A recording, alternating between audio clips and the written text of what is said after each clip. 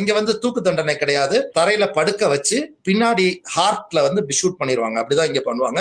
So நிமிஷாவின் கேஸ்ல 100% எல்லாம் கரெக்டா சட்டபூர்வமாய் நடந்துச்சு. நல்லா புரிஞ்சுக்கோங்க. லோயர் கோர்ட்ல அவளுக்கு வாதாடுறதுக்கு ஒரு வக்கீல் கூட கிடையாது.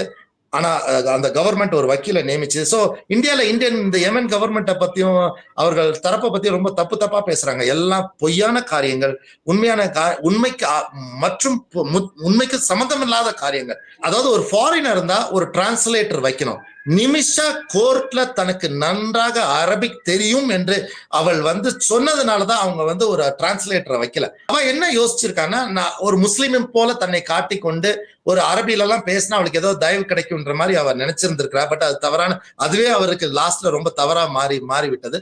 Okay, fast forward. அப்புறம் சுப்ரீம் கோர்ட்லயும் அவங்க எல்லாம் லீகல்லா பார்த்து எல்லாமே கரெக்டா தான் இருந்தனால அவங்க மரண தண்டனைய அக்செப்ட் பண்ணிட்டாங்க. ரெண்டாவது, இங்க கருணை மனு எல்லாம் கிடையாது.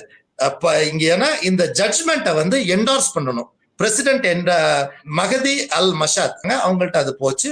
அவர் அதை அக்செப்ட் பண்ணிட்டார். கடைசியா 16ஆம் தேதி அவளுக்கு வந்து அந்த அவள் கொலை செய்யப்படும். இங்க வந்து தூக்கு தண்டனை கிடையாது, தரையில படுக்க வச்சு பின்னாடி ஹார்ட்ல வந்து ஷூட் பண்ணிடுவாங்க. அப்படிதான் இங்க பண்ணுவாங்க.